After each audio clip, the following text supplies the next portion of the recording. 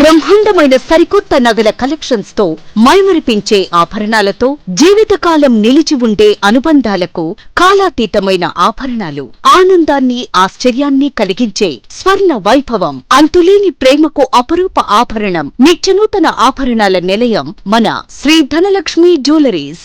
అందరి అభిరుచులకు, అద్భుతమైన హస్తకళలకు నిదర్శనం. సరికొత్త డిజైన్లతో మనసును హత్తుకునే వెరైటీలు మన ధనలక్ష్మి జ్యువెలరీస్ లో. మా వద్ద అందరికీ నచ్చే విధంగా రూపొందించిన నగలు, మహిళామణులకు అత్యంత ప్రీతిపాత్రమైన బంగారు ఆభరణాలు, లైట్ వెయిట్ జ్యువెలరీ, ఇంకా ఎన్నెన్నో వెరైటీలతో మీ ముందుకొచ్చింది శ్రీ ధనలక్ష్మి జ్యువెలర్స్. నాణ్యతకు నిదర్శనం మన శ్రీ ధనలక్ష్మి జ్యువెలర్స్, రామాయంపేట.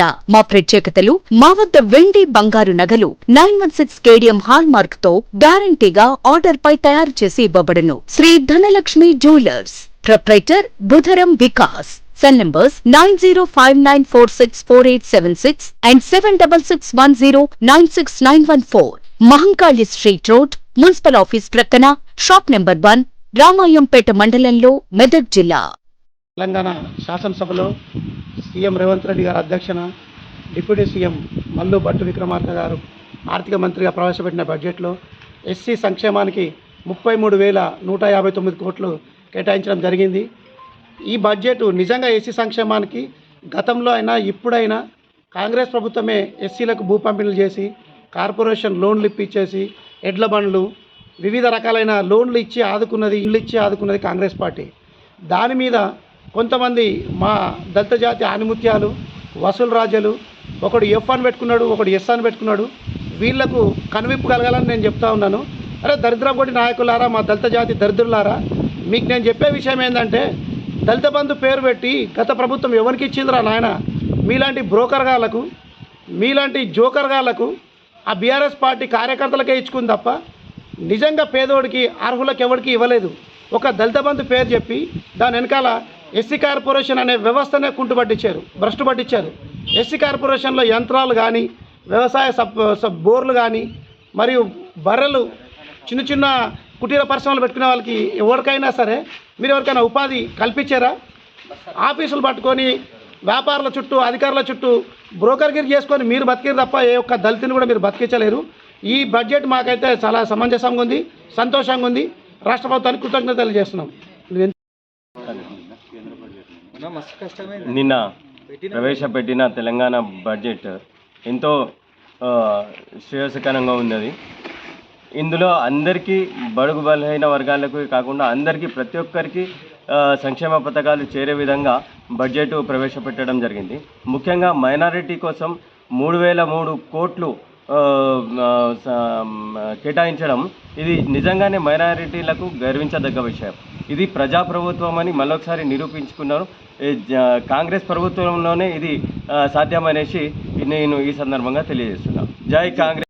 తెలంగాణ రాష్ట్రంలో మెదక్ జిల్లా రామాయంపేట మున్సిపాలిటీ పరిధిలో నిన్న రాష్ట్ర బడ్జెట్ ఏదైతే ప్రవేశపెట్టారో అధికారికంగా వారికి మేము ధన్యవాదాలు తెలియజేయడం జరుగుతూ ఉంది. ఈ కాంగ్రెస్ ప్రభుత్వం అనేది ప్రజాప్రభుత్వం అని చెప్పేసి మరొకసారి రుజువు కావడం జరిగింది. ఇప్పటికైనా ప్రజలు, బడుగు బలహీన వర్గాలు, ముస్లిం మైనార్టీ ప్రజలు ప్రతి ఒక్కరు ఆలోచన చేయాల్సిన అవసరం ఉన్నది.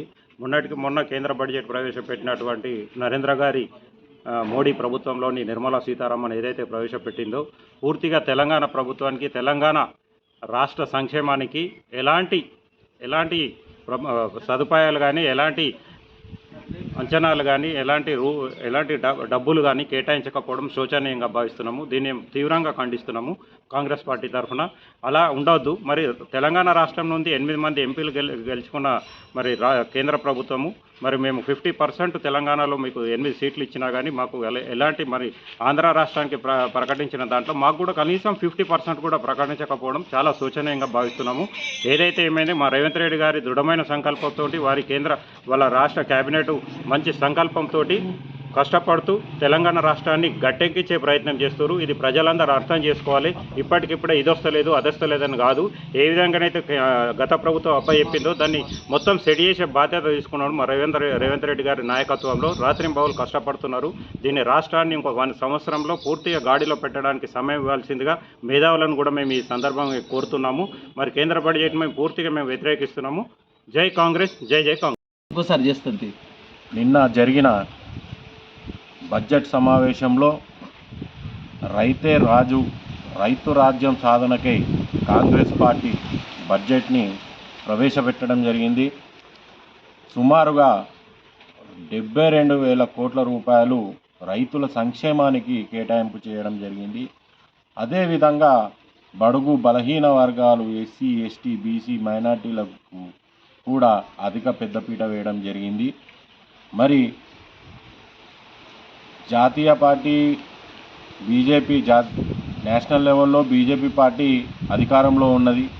మరి అధికారంలో ఉండి వాళ్ళు కూడా బడ్జెట్ 24-25 సంవత్సరానికి విడుదల చేసిన బడ్జెట్లో తెలంగాణకు తీవ్ర అన్యాయం జరిగింది. అయినా తెలంగాణ ప్రభుత్వము ఘనంగా బడ్జెట్ ప్రవేశపెట్టి అందరికీ సమానంగా న్యాయం చేయడం జరిగింది. అదేవిధంగా 12,000 రూపాయలు రైతు కూలీలకు, మళ్ళీ మెదక్కు ఏం చేయలేదు అని చెప్పి బీజేపీ వాళ్ళు విమర్శించడం జరిగింది. మెదక్కు ఏమి చేయలేదని ఎందుకంటారయ్యా? 10 సంవత్సరాలు బీజేపీ పాలనలో ఉంటే నిజాం షుగర్స్ ఫ్యాక్టరీ గురించి చిన్న కమిటీ కూడా వేయలేని దుస్థితిలో మీరున్నారు. మీకు ఆవేశం ఎక్కువ, ఆలోచన తక్కువ. మరి మా కాంగ్రెస్ పార్టీ ప్రభుత్వం ఏర్పాటు చేయగానే నిజాం షుగర్స్ పైన ఓ కమిటీ వేసి ఆ కమిటీని ఈరోజు అసెంబ్లీలో మా ఉప ముఖ్యమంత్రి బట్టి విక్రమార్క గారు కూడా మాట్లాడడం జరిగింది. నిజాం షుగర్స్ని త్వరలో తెరిపిస్తాం, దాన్ని ప్రక్షాళన చేస్తాము అని చెప్పడం జరిగింది.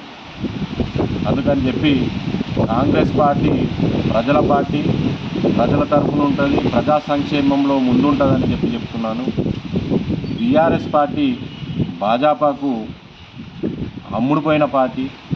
వాళ్ళ సొంత ప్రయోజనాల కోసం బీజేపీ పార్టీకి వాళ్ళు లొంగిపోయారు. అసలు ఇక్కడ బీఆర్ఎస్ ఉన్నది అని కూడా మాకు ఎక్కడ కూడా కనిపించడం లేదు. వాళ్ళు విమర్శలు కూడా మేము ఏమాత్రం కూడా పట్టించుకోవడం లేదు. జై కాంగ్రెస్, జై జై. రాష్ట్ర బడ్జెట్లో అన్ని వర్గాల వారికి లబ్ధి చెందే రకంగా సకల జనులకు సంబంధించి అత్యున్నతమైన బడ్జెట్ రూపొందించడం జరిగింది. దాంట్లో ముఖ్యంగా రైతులకు 72,000 కోట్ల రూపాయలు కేటాయించడం జరిగింది. ఇంతవరకు ఏ రాష్ట్రం కూడా, మన తెలంగాణ రాష్ట్రంలో కూడా ఫస్ట్ టైం 72,000 కోట్లను రైతులను ముఖ్య ఉద్దేశము. దాంట్లో 47% మంది మన తెలంగాణలో రైతు కుటుంబాలు ఉంటాయి, రైతు వ్యవసాయం మీద ఆధారపడి ఉంటాయి. దానికి 72,000 కోట్ల రూపాయలను కేటాయించడం, దాంతోపాటు సంక్షేమ ఫలాలకు 40,000 కోట్లను కేటాయించడం జరిగింది. అంటే సుమారుగా 40% సంక్షేమ ఫలాలకే సంబంధించి చేయడం జరిగింది. దాంతోపాటు ఎస్సీ, ఎస్టీ, మైనార్టీ అన్ని వర్గాల వారికి లబ్ధి చెందే రకంగా ఉన్నది. ముఖ్యంగా యువకులకు కూడా భవిష్యత్తులో వాళ్ళకు నిధి, అంటే అన్ని రకాలుగా వాళ్ళకు లబ్ధి చెందే రకంగా ఈ బడ్జెట్ అత్యున్నత బడ్జెట్గా రూపొందించడం జరిగింది. దీని మీద కొంతమంది పనికిరాని వాళ్ళు విమర్శిస్తున్నారు. దానికి వాళ్ళు ఏదన్నా ఉంటే సలహాలు ఇస్తే బాగుంటుంది, విమర్శించడానికి దేనికి ఆస్కారం లేదు.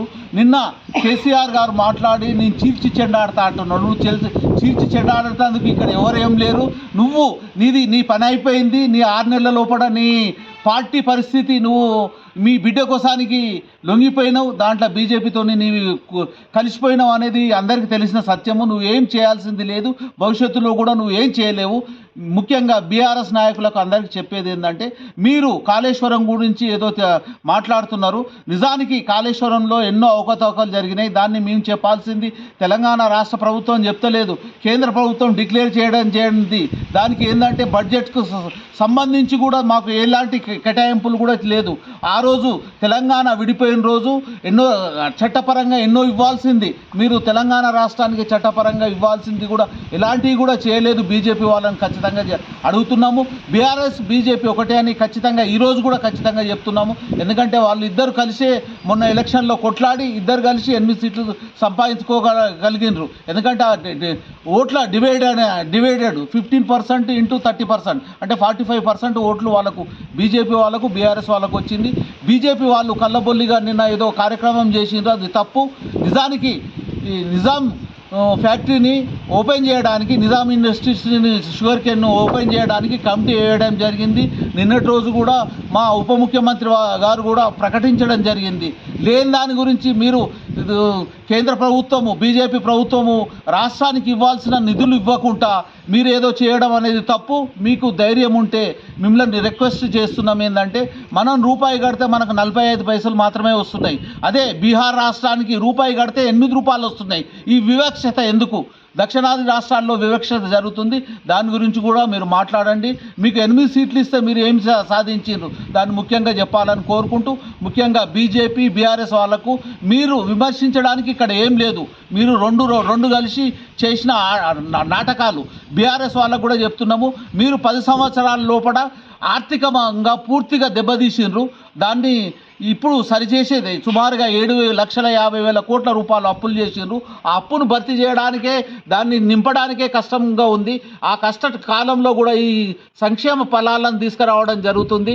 ముఖ్యంగా చెప్పేది ఏంటంటే, మీకు విమర్శించే హక్కు లేదు. బీజేపీకి బీఆర్ఎస్ అని 2 పార్టీలకు చెప్పడం జరుగుతుంది ముఖ్యంగా.